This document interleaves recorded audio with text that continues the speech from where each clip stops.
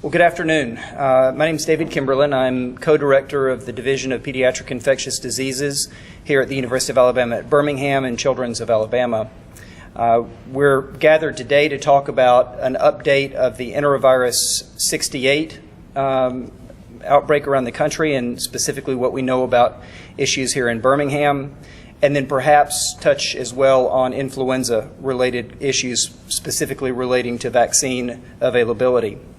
In terms of the enterovirus information that we have available, generally speaking, the numbers of respiratory cases that have been recognized, since mid-August or so, have been decreasing over the past several weeks.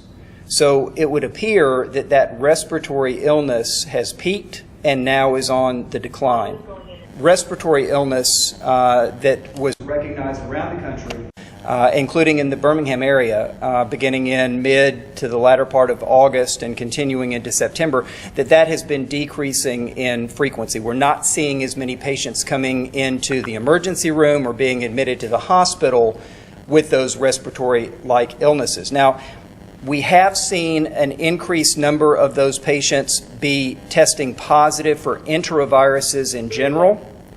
And part of that, I think, reflects that the doctors here at Children's, and indeed doctors around the city and around the state, are testing more children for enterovirus. So we're testing more, and therefore we're finding more.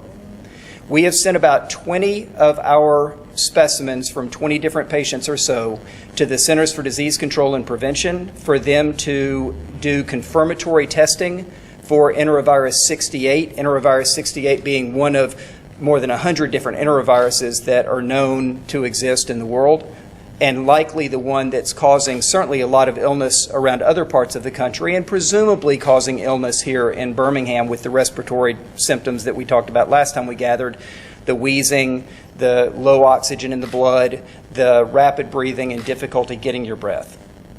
We have tested here in our lab a number of those patients as well. And in one of those patients with respiratory symptoms who had tested positive for enterovirus as a group, we were able to confirm that that patient had the enterovirus 68. Now, CDC has not provided their confirmation to that, but the degree of acuity with which and accuracy with which our testing was performed leads us to be confident that, yes, in fact, that patient had an enterovirus 68 illness. That would mean that we have confirmation in the lab of what we all expected clinically. It's not really new information, it's just confirmatory information. We had illness that matched the illness seen in the Midwest. The illness in the Midwest was proven to be related to enterovirus 68. We simply now have confirmation that at least in one patient, the illness we saw here in that patient was from enterovirus 68. Now, this past Friday, the Centers for Disease Control and Prevention released a Health Alert Network advisory asking centers all around the country to be watching for cases of children coming in with limb weakness, in other words, with weakness in an arm or in a leg. We, in fact, have had 3 such patients here in August and in September. And if you go back in time, patients like this have been recognized for at least the last 2 years, going out to 2012 in California. Not all of those patients are believed, and in fact, none of the patients have been confirmed to have their illness caused by enterovirus 68. For the 2 of the 3 that we had here in Birmingham, 2 of them tested positive for enterovirus from a stool sample. That's the broad grouping of enteroviruses from a stool sample. 1 tested negative for enterovirus. We do not know any additional information about the type of enterovirus for the 2 that tested positive. But keep in mind as well that simply because someone tests positive for enterovirus in the stool, that does not mean that the enterovirus is causing whatever illness or disease they happen to have. When someone gets infected with enterovirus, they will shed that enterovirus. They will have it detectable with the very sophisticated laboratory testing techniques that we use for a number of days and weeks after the illness. So simply testing positive in stool does not mean that there's a causative relationship, that it was the cause of the weakness in the arms or the legs. Around the country, what we're understanding is that the patients who have had limb weakness for whatever reason, whether it's enterovirus 68 related or not, still yet to be proven, that among those patients there is a quite slow recovery from that. It's not something that they seem to bounce back from very quickly.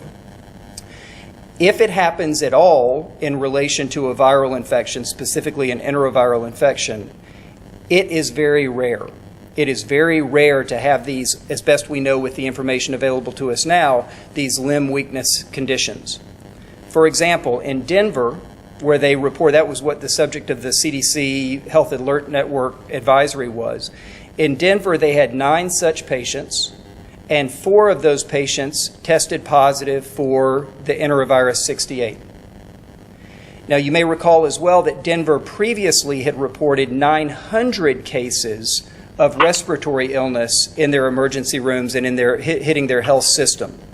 So if 4 have enterovirus 68 related limb weakness and 900 have what may be an enterovirus 68 respiratory illness, you can do the math on that and realize that it's well less than 1% of patients who might have this, less than 0.5% of patients. So this is something that, number one, we don't know if there's an association for. Number two, if there is an association, based upon all the evidence that we have right now, it is very rare. I'm open to any questions that you may have.